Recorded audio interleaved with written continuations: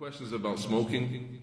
Is it makruh? Is it haram? I guess there's some connection to our topic today. In brief, smoking was considered disliked as it was poor manners and imitating non-Muslim culture in a way that wasn't known to be harmful, physically harmful, medically harmful at a certain time. And in fact, in America, there were TV commercials where doctors, physicians, would recommend a certain kind of cigarette, a certain brand. And endorsements came from physicians. What does that tell you? When a physician smokes Camels, and they were saying 9 out of 10 doctors or more doctors choose Camels for its flavor, and talking about which, of course this is no longer in the time that we're in. The doctors are all clearly warning against the dangers, the medical dangers, of smoking. But in a time when the studies had not been known, we should learn from this really. Things that haven't been around long enough to have their effects, their 10 and 20-year effects studied, then we shouldn't be so confident and so ready to jump into those affairs, as cigarettes is a very clear example of that. After a few decades of being used, the long-term effects, deadly long-term effects, were known to the people, and they began to advise the people based on that.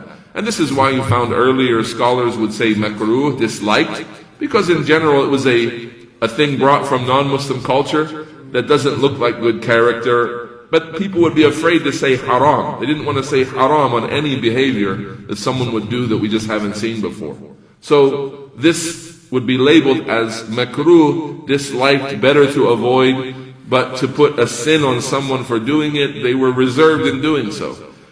Then when more knowledge is available, studies are done about the long-term effects of cigarettes, and the scholars of Islam are unanimous as well, that it is harmful. It is something that harms the human being, so Allah Ta'ala does not allow us to harm ourselves, to kill ourselves, to do away with our physical health. It is impermissible, and no scholars today are reserved about declaring it to be impermissible. The only point of confusion that comes is when people of desires want to sell cigarettes, or they want to continue smoking.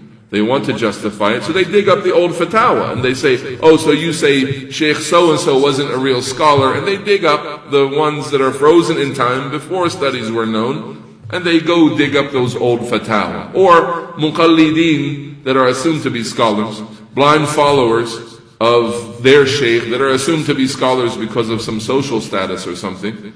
And they say, even today, he says it's still makruh and it's not haram. He's just simply saying what his sheikh had taught him without considering the new evidence that has come in. All of that is to be avoided. All of that is desires.